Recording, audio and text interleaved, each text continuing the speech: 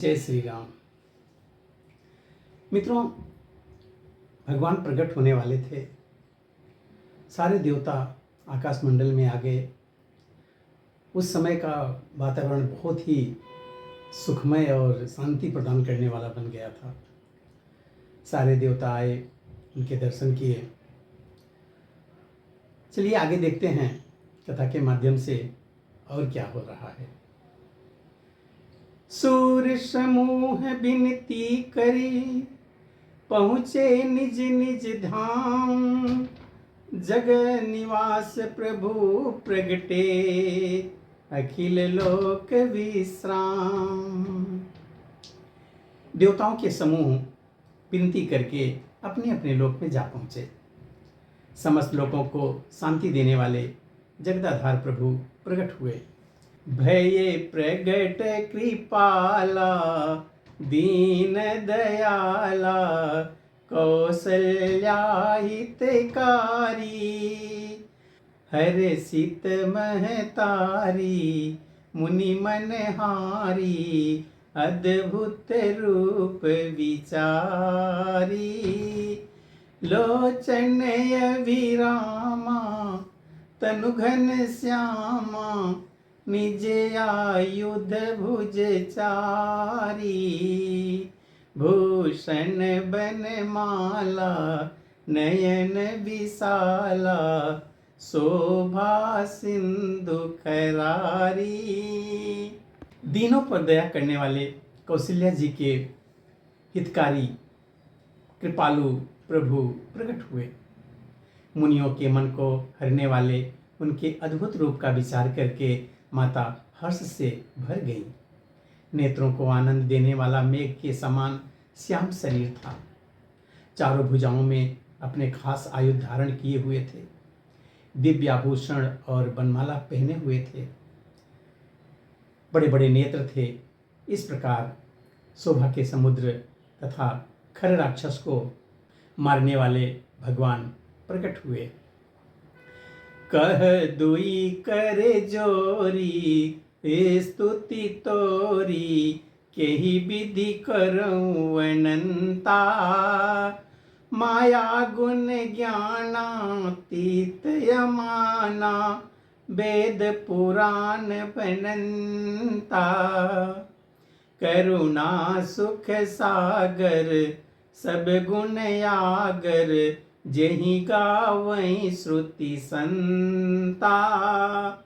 सो मम हित लागी, जन अनुरागी, भयहु प्रकट श्रीकंता। ब्रह्मांड निकाया, निर्मित माया, रोम रोम प्रतिवेद कहे। मम उर्षो वासी, यह उपहासी, सुनत धीर मति थिर न रहे। उपजा जब ज्ञाना, प्रभु मुस्काना, चरित बहुत विधि कीन चहे। कही कथा सुहाई, मात बुझाई, जहि प्रकार सुत प्रेम लहे। वेद कहते हैं कि तुम्हारे प्रत्येक रोम में माया के रचे हुए अनेकों ब्रह्मांडों के समूह भरे हैं। वह तुम मेरे गर्भ में रहे। इस हंसी की बात के सुनने पर धीर विवेकी पुरुषों की बुद्धि भी स्थिर नहीं रह सकती, विचलित हो जाती है। जब माता को ज्ञान उत्पन्न हुआ तब प्रभु मुस्कुराए। वे बहुत प्रकार के चरित्र करना चाहते थे, अतः उन्होंने पूर्व जन्म की सुंदर कथा कहकर माता को समझाया, जिससे उन्हें पुत्र का वात्सल्य प्रेम प्राप्त हो, भगवान के प्रति पुत्र भाव हो जाए। माता पुनि बोली, सोमति डोली, तजहु तात यह रूपा। कि जैसी सुलीला, अति प्रिय शीला, यह सुख परम अनूपा। सुनी बचन सुजाना, रोदन ठाना, हो ही पालक सुर भूपा। यह चरित जगावहीं हरिपद पावहीं, तेन परहीं भव कूपा। माता की वह बुद्धि बदल गई। तब वो फिर बोली, हे तात, यह रूप छोड़कर अत्यंत प्रिय बाल लीला करो, मेरे लिए यह सुख परम अनुपम होगा।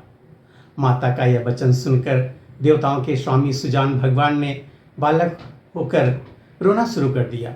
तुलसीदास जी कहते हैं, जो इस चरित का गान करते हैं वह श्रीहरि का पद पाते हैं और फिर संसार कूप में कभी नहीं गिरते। प्रिय धेनु सुर संतहित, लीन मनुज अवतार, निज इच्छा निर्मित तनु, माया गुण सो पार। ब्राह्मण, गौ, देवता और संतों के लिए भगवान ने मनुष्य का अवतार लिया। वह माया और उसके गुण सत्य, रज और तम और बाहरी तथा भीतरी इंद्रियों से परे हैं। उनका दिव्य शरीर अपनी इच्छाओं से बना है, किसी कर्म बंधन से परवश होकर त्रिगुणात्मक भौतिक पदार्थों के द्वारा नहीं बना है। सुनी सी सुरुदन परम प्रिय वाणी, संभ्रम चली आई सब रानी। हर सीत जह तह धाई दासी, आनंद मगन सकल पुरवासी। बच्चे के रोने की बहुत सी प्यारी ध्वनि सुनकर सब रानियां उतावली होकर दौड़ी चली आई। दासियां हर्षित होकर जहां तहां दौड़ी। सारे पुरवासी आनंद में मग्न हो गए। दशरथ पुत्र जन्म सुनि काना, मानहु ब्रह्मा नंद समाना। परम प्रेम मन पुलक शरीरा, चाहत उठन करत मति धीरा। राजा दशरथ जी पुत्र का जन्म कानों से सुनकर मानो आनंद में समा गए। मन में अतिशय प्रेम है, शरीर पुलकित हो गया। आनंद में अधीर हुई बुद्धि को धीरज देकर और प्रेम में शिथिल हुए शरीर को संभालकर वह उड़ना चाहते हैं। जाकर नाम सुनत शुभ होई, मोरे गृह आवा प्रभु सोई। परमानंद पूरी मन राजा, कहा बुलाई बजावहु बाजा। जिसका नाम सुनने से ही कल्याण होता है, वही प्रभु मेरे घर आए हैं। यह सोचकर राजा का मन परम आनंद से परिपूर्ण हो गया। उन्होंने बाजे वाले को बुलाकर कहा कि बाजे बजाओ। मित्रों, अब आगे की कथा हम अगले वीडियो में देखेंगे। तब तक के लिए जय श्री राम।